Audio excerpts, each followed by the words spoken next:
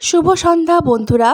আজ ভাবলাম যে একটু ভ্যাসের দুধের চা খাবো। ছোটবেলায় একদিন ভ্যাসের দুধ খেয়েছিলাম, তার জন্যই দিন দিন চেহারাটা ভ্যাসের মতনই হয়ে যাচ্ছে।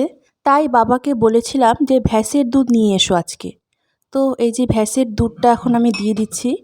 ভ্যাসের দুধের চা খেতে কিন্তু দারুণ লাগে।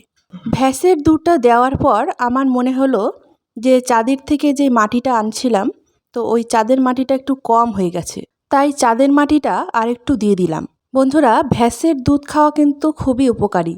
তার জন্য প্রতিদিন তো আমরা ভ্যাসের দুধ পাই না, তাই একদিন হলেও ভ্যাসের দুধ তো খেতে পারি। তার জন্যই আজ বানিয়ে ফেললাম ভ্যাসের দুধের চা। আমি আবার চাটা কিন্তু বেশ ভালোই পারি বানাতে। সে যেই দুধের চাই হোক, ছাগলের দুধ হোক আর গরুর দুধ হোক, আর উটের দুধ হোক আর গন্ডারের দুধ হোক, আর ভ্যাসেরই দুধ হোক, সব দুধের চা বানানো আমার হয়ে গেছে। তোমরা কোন কোন দুধের চা খেয়েছো আজ পর্যন্ত, তা কিন্তু আমাকে অবশ্যই কমেন্ট করে জানাবে। আমার কিন্তু সব দুধের চাই কিন্তু খাওয়া হয়ে গেছে। কিন্তু বন্ধুরা, আরেকটা ইচ্ছা আছে বাঘের দুধের চা খাওয়া, সেটা কিন্তু এখনও খাইনি। তারপর চা খাওয়া দাওয়া করা হয়ে গেলে তারপরে মা আর আমি গেলাম একটু দরকারে। তো বেরিয়ে আসার সময় মা বলল যে এখানে ভালো ধোকলা পাওয়া যায়। তো আমি আর মা কিন্তু দুজনে মিলে দুজনে দুটো ধোকলা খেয়ে তারপরে কিন্তু বাড়িতে এসেছি। আর এই দোকানের ধোকলাটা কিন্তু দারুণ বানায়। আমি আগে খেতাম না, কিন্তু এখন কিন্তু খাই, ভালোই লাগে। এই যে দেখুন, এই যে একটা হচ্ছে ধোকলা রেডি করছে, তো আর একটা হচ্ছে দিবে। তো দুটাকে এখন এখানে হচ্ছে চাটনি দিবে, আর এই চাটনিটার জন্যই কিন্তু বেশি টেস্ট হয়।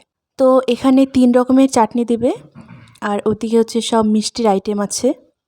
তো এখন আমাদের ধোকলাটা বানাবে, মানে রেডি করবে। তো ওখানে প্রথমে নারকেলের চাটনিটা দেওয়া হয়ে গেছে, আর এখন দিবে হচ্ছে ওই তেঁতুলের চাটনিটা। এটা দিয়ে কিন্তু খুব টেস্ট হয়। আর তারপরে দিবে হচ্ছে ধনেপাতার চাটনিটা। তো এখানে কিন্তু প্রত্যেকটা চাটনির কিন্তু খুব দরকার। আর এখানে একটা মশলা দিল, এই মশলাটা ছাড়া কিন্তু হবেই না। তো এই যে মায়েরটা কিন্তু রেডি, মাকে দিয়ে দিল, আর এখন হচ্ছে আমারটা আমাকে দিবে।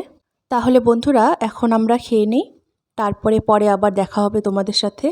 তো খাওয়ার জিনিস সামনে রেখে বেশিক্ষণ চুপ করে থাকতে নেই।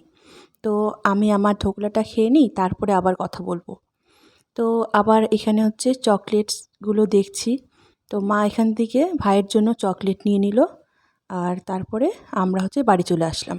তারপর বাড়িতে চলে এসে মিস্টার পালকে দিলাম হচ্ছে কফি।